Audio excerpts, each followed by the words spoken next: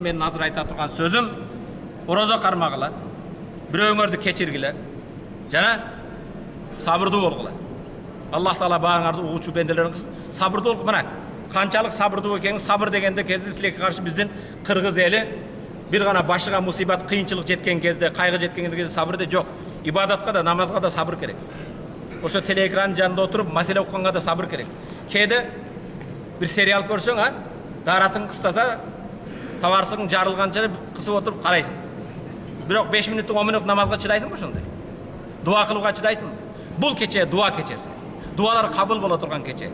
Пайгамбарыбыз саллаллаху алейхи ва салламдан Айша энебиз сурайт, Кадыр кечесинде келип калсам, ушул Кадыр кече экенин билип калсам, эмне деп дуа кылайын десе, мындай дуа кылгын дейт. Аллахумма иннака афуун тухиббул афва фа'фуанни. Аллахым, албетте сен кечиримдүүсүн, кечиргенди жакшы көрөсүн, мени кечиргин деп дуа кыл дейт. Аллахым, сен кечиримдүүсүн, кечиргенди жакшы көрөсүн.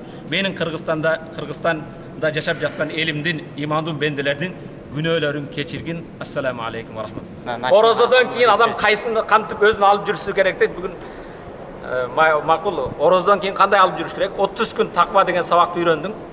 Таква деген сөз эмне деген сөз? Таква менин узун кийимимде эмес. Таква деген селдеде эмес. Таква деген жупуну болуп эски кийимде кийгенде эмес. Таква пайгамбар хахуна дейт, таква бул жүрөктө дейт. Ат-таква хауф минал жалил, Алладан коркуу. Вал амалу бит-танзил, Алланын шариатына түшүргөн Куранны амал кылуу. Вар риза бил калил, Алланын бергенине разы болуу. Вал исти'дад лил яумир рахил, көчө турган күнгө даярдануу. Жаллабатка эмес. Акыретке көчө турган күнгө даярдануу. Акыретке барууга даярдануу деген сөз. Ошондой эле мына таква деген сабакты 30 күн алдыкпы? 30 күн сабак алгандан кийин, мисалы, машина айдаа үчүн 3-4 ай көбөлүк алышын окуйсуң. Алгандан кийин эрежени сактап алсаң, туш келди айдасаң пайдасы бар.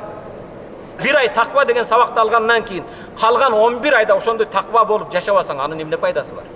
Албетте, орозо айт күндөгү эң улуу маселелерден айт намазга барганга чейин садака питир беришибиз керек. Садака питир жана мен жогоруда айттым, бир гана будайдан эмес, будайдан 1 килограмм 600 грамм, бүгүн 40 сом, 35 сомго чейин боло турган болсо, мейизден болсоң берсең болот, 1 килограмм 600 грамм бул 320 сомдой. Курмадан берсең 460 сом.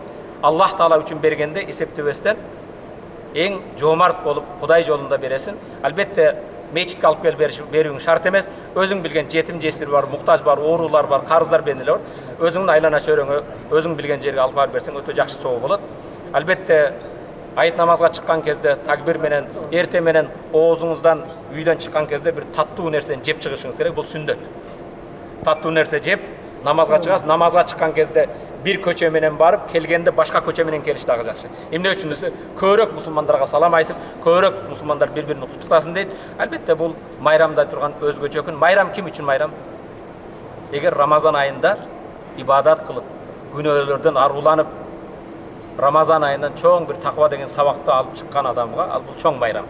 Бирок биз кичинекей кезибизде айылда Рамазан айтат элек, 30 күн орозо мыйман экен, аны тутпаган айбан экен деп, тутпаган айбандар үчүн бул майрам болуш да мүмкүн эмес.